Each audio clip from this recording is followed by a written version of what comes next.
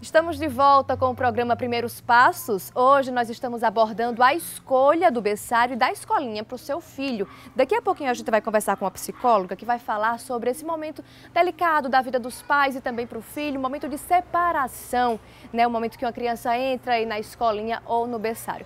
Mas antes nós vamos mostrar um exemplo de uma escola que toma muito cuidado para manter a rotina da criança e também assegurar o bem-estar. Veja aí. E quando a iniciação escolar acontece após os 2 anos de idade. Eles já estão maiorzinhos e já ensaiam alguns passos rumo à independência. Na creche da Assembleia Legislativa, o processo de acolhimento é amplamente estudado. Hoje a nossa proposta pedagógica, o princípio dela é a educação integral. E quando a gente fala de educação integral, a gente traz 2 elementos que o próprio MEC orienta para que nós tenhamos em termos de educação infantil, que é o cuidar e o educar. A gente saiu da perspectiva assistencialista, onde só era cuidar, e passamos a entender a educação infantil como um espaço para se educar também. O ensino multidisciplinar entra em ação com aulas de iniciação ao inglês, ao balé, por exemplo. A gente percebeu a necessidade de incluir atividades que nós chamamos de iniciação, que foi iniciação ao judô, iniciação ao balé e iniciação ao inglês. O que nós queremos dentro da nossa proposta é despertar nessa criança o interesse por esses componentes curriculares. Nesse processo de adaptação, outro desafio do ensino integral é adequar a alimentação dos pequenos. Se essa criança só come enlatado, se essa criança só come biscoito recheado, né? Então aqui a gente tem muito cuidado, tanto com a nossa alimentação, como entender a alimentação nutricional como um componente curricular também. E agora a gente conversa com a psicóloga Renata Toscano para abordar um momento delicado na vida das crianças, que é a separação, essas primeiras separações, desde o retorno dos pais à rotina profissional, quanto também ao ingresso em um berçário.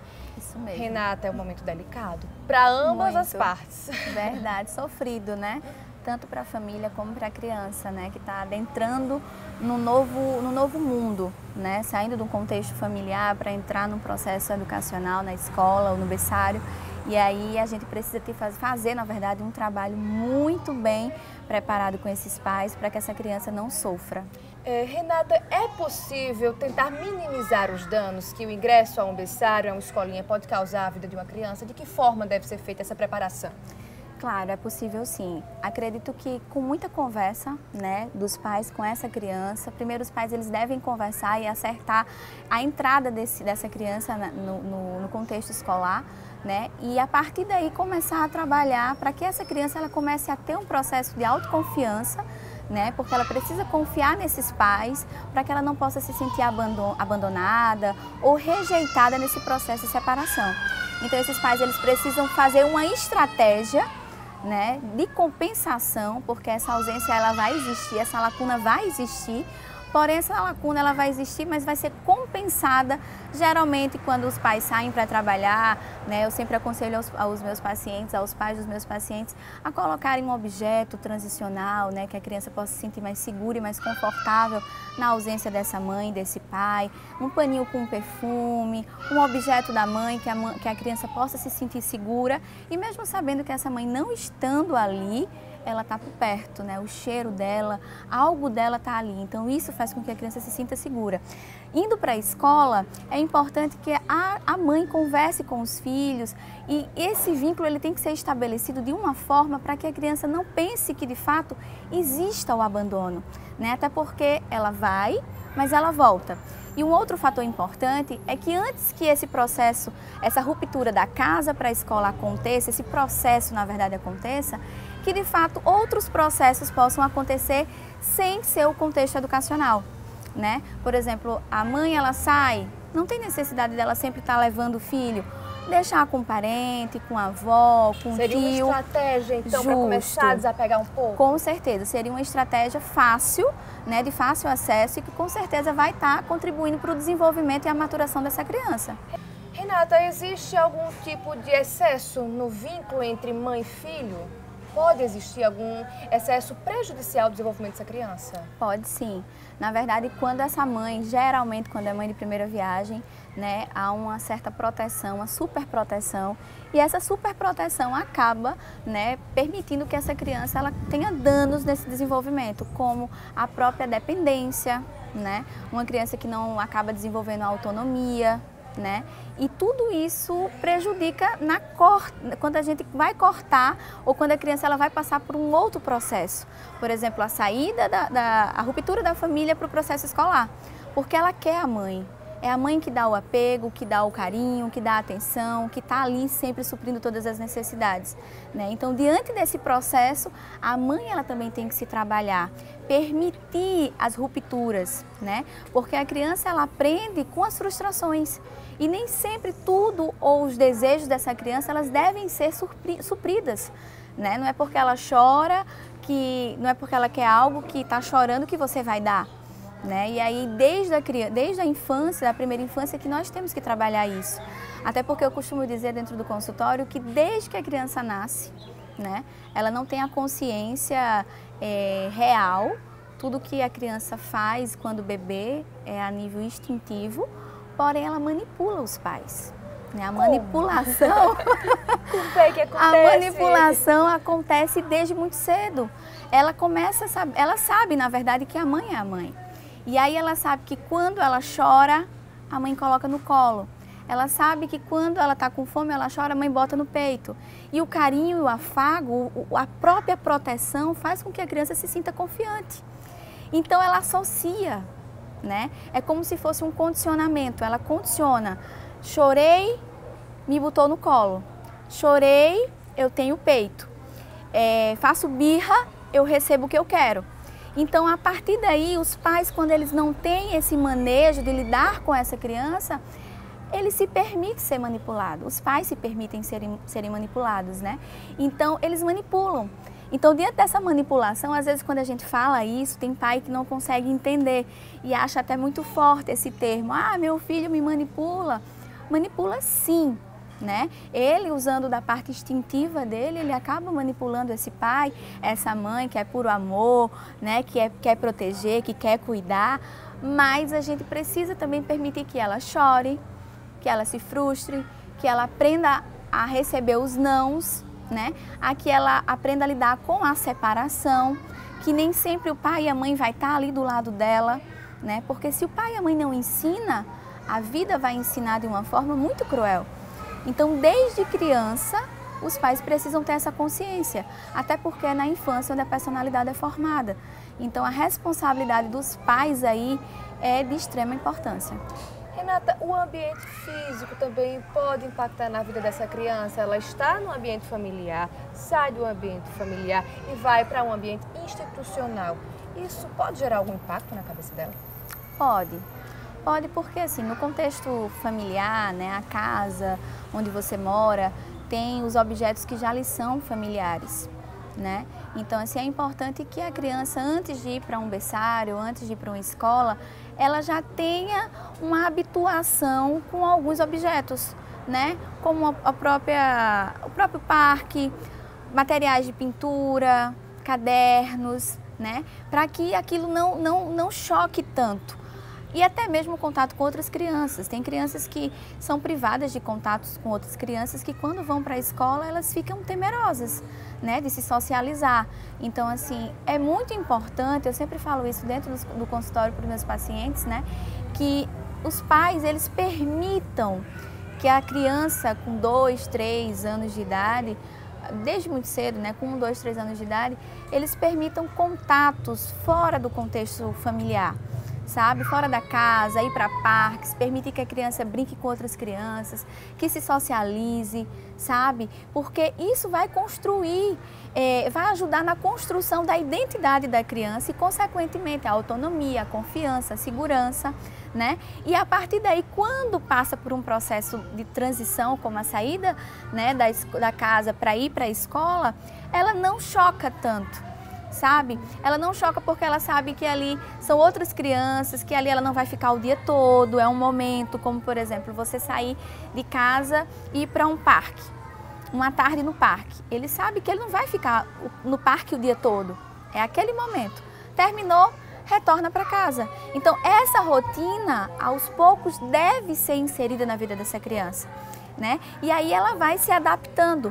E quando houver a entrada na escola, não vai ser de forma brusca. Ela já foi de uma forma gradativa, se adaptando a algumas mudanças. Renata, como é que a criança compreende o momento de separação? Ela entende o que é saudade? Ela entende o que é a separação?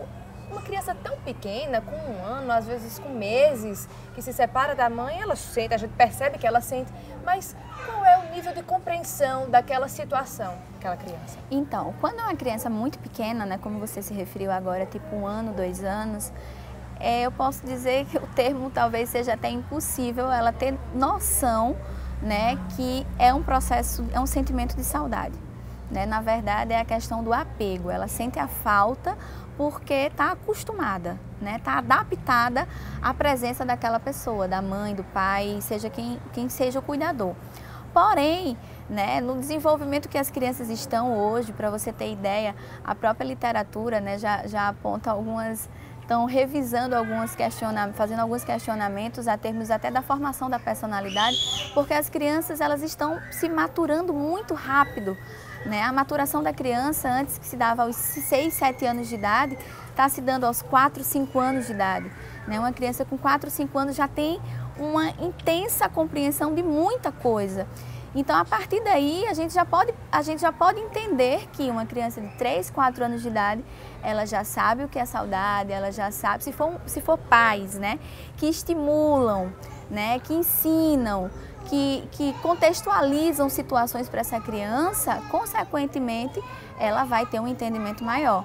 Tudo vai depender do estímulo, né, do estímulo que é dado a essa criança. A gente falou aí das sensações, né, em relação à criança, mas tem uma outra parte importantíssima nessa relação, que é a mãe, Renata. A mãe sofre muito. Demais. Qual é a melhor forma? Existe alguma fórmula mágica para fazer com que a mãe não sofra nesse momento? É quase impossível, né? É quase impossível. Mãe é um sentimento, eu acredito que inexplicável, né? Quer ter o filho perto, quer cuidar, quer amar. Só que é muito importante que ela passe também a se trabalhar nesse sentido, sabe? A confiar no espaço onde ela está delegando a responsabilidade da educação dos filhos, né? E a partir daí passar essa segurança para a criança. Isso é de extrema importância. E também lembrando que quando a gente é mãe, a gente tem filhos, mas nós não temos filhos para nós mesmas, né? Nós temos filhos para o mundo.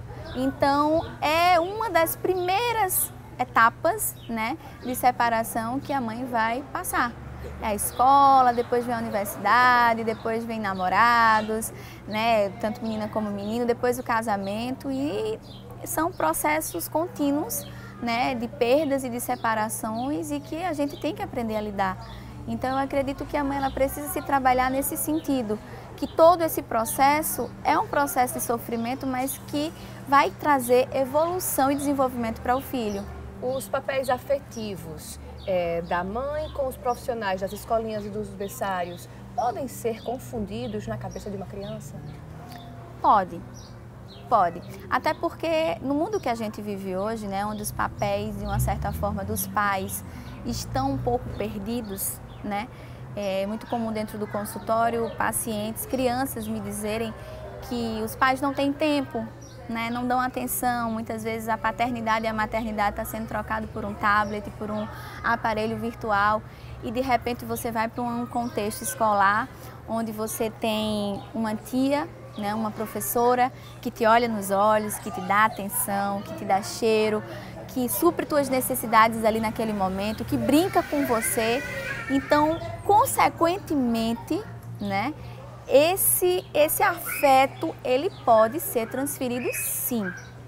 Então, aí a importância dos pais refletirem a importância de serem pais, né? Porque pai não é só gerar uma criança, é se fazer presente na vida dela, né? É muito comum, Mirna, muito comum mesmo, meus pacientes, tanto crianças como adolescentes, relatarem isso, que gostam de ir para a terapia porque naquele momento são acolhidos, são ouvidos, sabe? E as necessidades deles ali são trabalhadas. Enquanto chegam em casa, os pais jogam DVDs, filmes, tablets, vão para o computador, vão viver o momento deles e não querem se estressar com os filhos. Então, assim, isso é comum. Porém, é uma pergunta assim, de extrema importância que nos leva e leva os pais à reflexão, né? Será que eu estou delegando a responsabilidade da educação dos meus filhos? E não só a educação, como a evolução emocional do meu filho, né? O desenvolvimento emocional para uma tia, para uma escola, né? Porque a gente sabe que são, digamos, 15 alunos para 2 tias ou 3 tias e muitas vezes algo passa desapercebido. Imagina uma criança que tem essa lacuna em casa e que tem essa lacuna na escola, né? Como ela vai elaborar todo esse processo afetivo que não foi bem desenvolvido? Pois é, em resumo, diante de tudo que você falou, o amor pode ser a chave de muita coisa e pode minimizar bastante com certeza esses impactos. Verdade. Eu sempre falo assim que a família é a base de tudo, sabe? Todos os danos que eu e você temos, né, os adultos, nós adultos temos, nossos traumas, nossos medos, são consequências do que fizeram de nós, né, dos nossos pais, da nossa família. E se nós tivermos essa consciência, a gente repensa antes de brigar, um pai e uma mãe brigar na frente de uma criança, a gente repensa antes de dar um carão de uma forma ou brigar com a criança de uma forma inapropriada. Muitas coisas são repensadas, então a base de tudo, né? Se tem crianças e adolescentes sofrendo hoje, é porque a família ela também está desestruturada. E o amor, com certeza, é o caminho. É o caminho para o pai, para a mãe, para que a família ela possa se reencontrar e achar a base do equilíbrio. Renata, obrigada pela sua participação. Eu que agradeço. Foi ótima a nossa conversa. Que bom, obrigada. E o programa Primeiros Passos vai ficando por aqui. Muito obrigada pela sua audiência. Espero que nossa conversa, as nossas matérias tenham te ajudado a fazer a melhor escolha para você e também para o seu filho. Até semana que vem.